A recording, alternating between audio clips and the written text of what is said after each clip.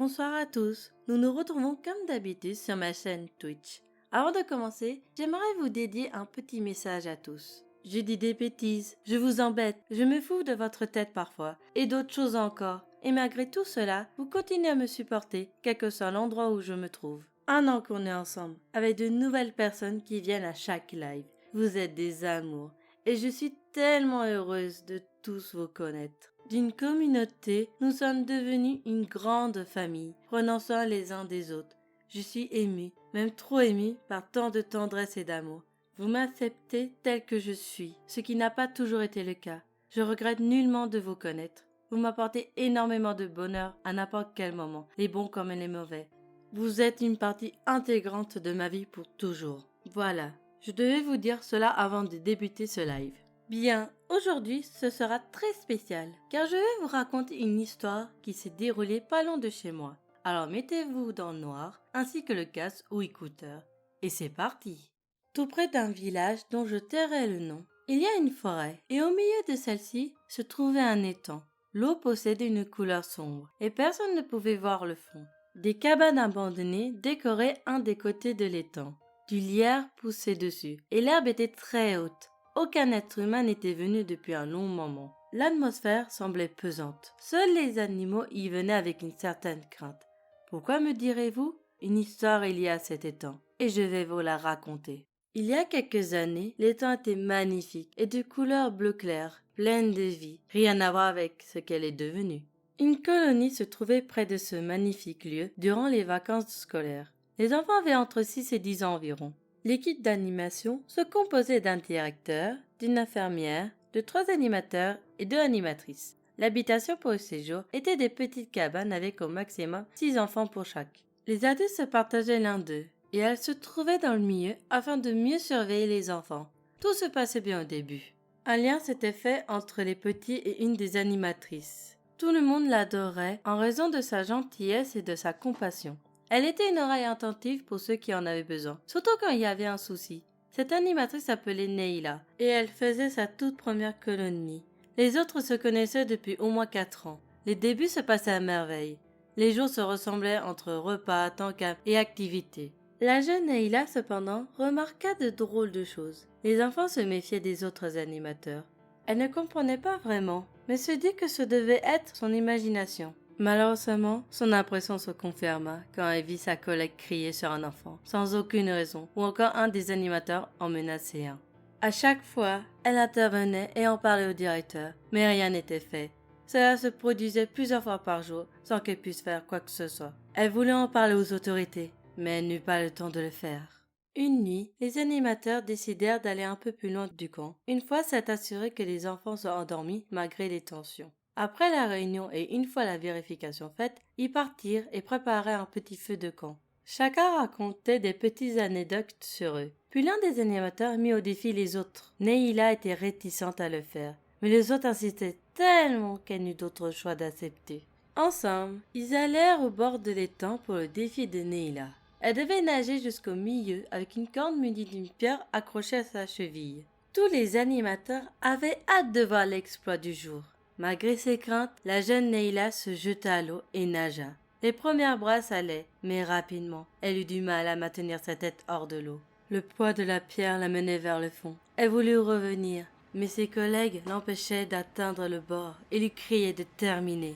Paniquée, Neila agita ses bras et pria pour que l'un d'eux l'aide. Elle se battit plusieurs minutes. Hélas, sa tête disparut dans les flots, ne laissant apparaître que des bulles, avant que l'eau redevienne normale. Les autres animateurs eurent un grand sourire, car ils s'étaient enfin débarrassés de cette Neila.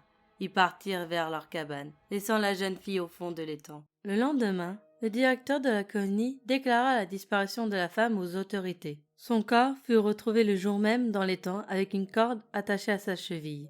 Tous pensaient qu'elle s'était suicidée.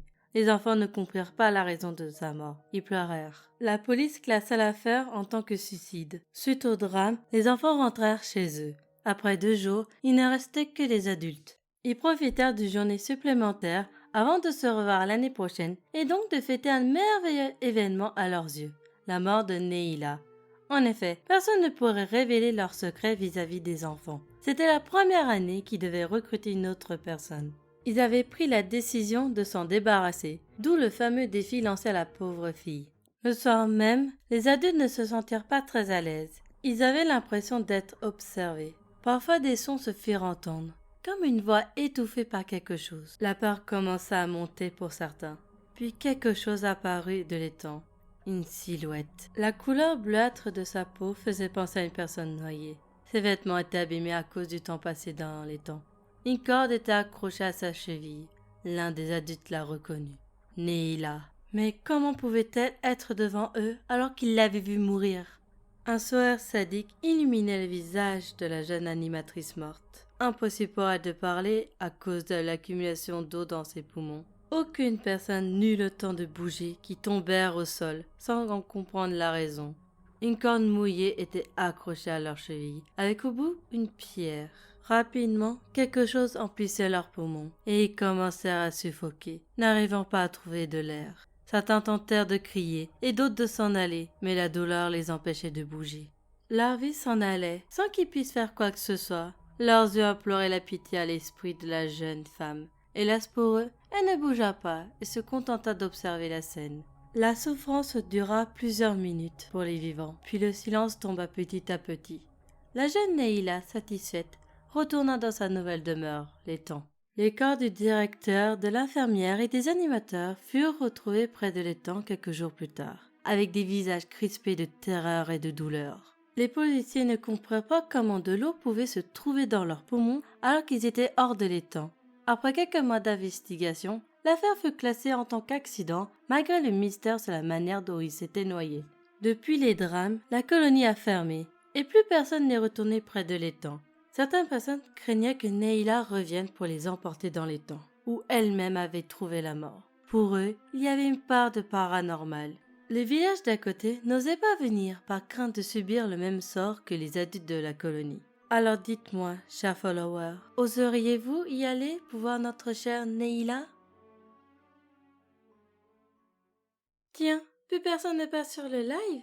Mince alors, je crois que je les ai effrayés. Malheureusement, je dois vous annoncer une bien mauvaise nouvelle. Dans les jours à venir, vous aurez le désir d'aller à cet étang. Votre vie se finira dans ce lieu, même si vous tentez de déménager dans un pays à l'autre bout du monde. En entendant cette histoire, vous êtes condamné. Comment? Eh bien, Neila était mon animatrice, celle que j'aimais le plus. En dépit de mon âge, j'ai vu ce que ces animateurs lui ont fait. Lors de ce drame, je ne dormais pas. Je suis un des enfants de cette colonie et je n'oublierai jamais le drame qui s'est produit. Tous ces adultes méritaient de mourir. Ils nous ont maltraités psychologiquement et on ne pouvait rien dire par peur de ne pas être cru et par crainte de représailles. Bon sang, parfois j'oublie de dire que je faisais partie du séjour. Le reste de l'histoire, je l'ai découvert à force de rechercher la vérité. Je suis retournée à cet étang et je l'ai vu. J'ai proposé de l'aider. Depuis, je suis devenue sa complice, celle qui lui amène ses proies. Oh, une autre chose, cette chaîne Twitch, celle sur laquelle on est actuellement, n'existe pas vraiment. Du moins, pas pour les autres qui n'ont pas été choisis par Neila. Vous, chers followers, êtes des animateurs indignes d'être avec des enfants. Elle sait tout ce que vous faites et elle va veiller à ce que vous leur fassiez plus de mal. Alors je n'ai qu'une chose à vous dire. Bon séjour.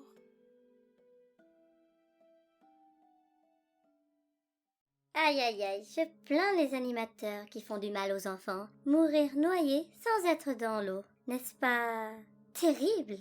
Mais en même temps, ils l'ont mérité après tout. Sur ce, je vais vous laisser et je vous dis à la prochaine dans la roulante itinérante.